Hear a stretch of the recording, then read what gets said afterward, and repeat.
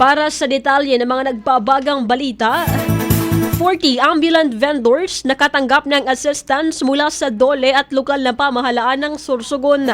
Ang buong detalye ng balita nasa linya sa Megabo Patrol number 28 ng aming News Director, Jomar Hestre. Bicol Network News Report!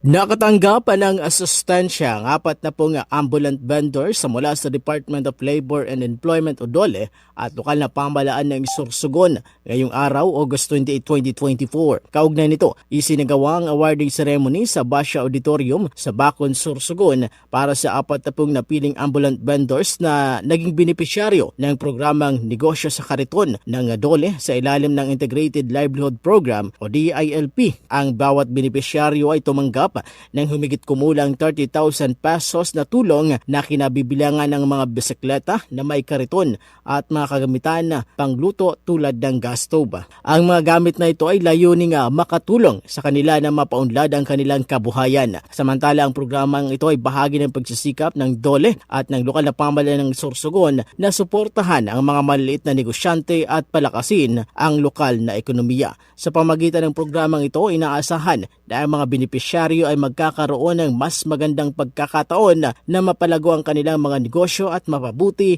ang kanilang pamumuhay. Para sa Bicol Network News, ito po si Megabo Patrol number 28, Jomar Hestre, tatak tunay na serbisyo.